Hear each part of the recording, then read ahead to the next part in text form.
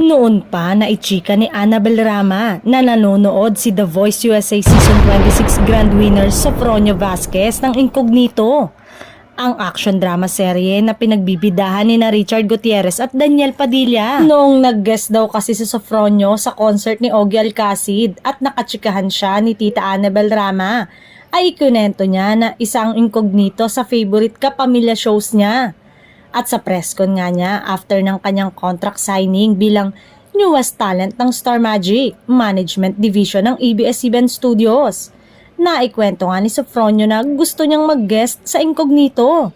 At dahil every 2 weeks naman ay may guest stars sa Incognito, aba, posible ngang magsama sila ni Richard. Ayon pa sa kwento, ay kinulit daw si Richard para sabihin sa mga taga-creatives ng Incognito na bigyan ng guest role si Sofronio.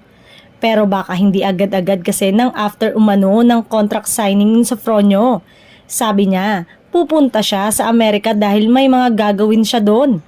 Bongga naman, bukod sa exclusive contract na ito sa ABS-CBN ay maaari rin siyang maging regular na mapapanood sa ASAP Natin to. Kamakailan kasi ay opisyal ng pumirma ng kontrata bilang kapamilya ang singer. Masayang-masaya naman ito na maging bahagi ng ABS-CBN kung saan siya umano talaga nagsimula.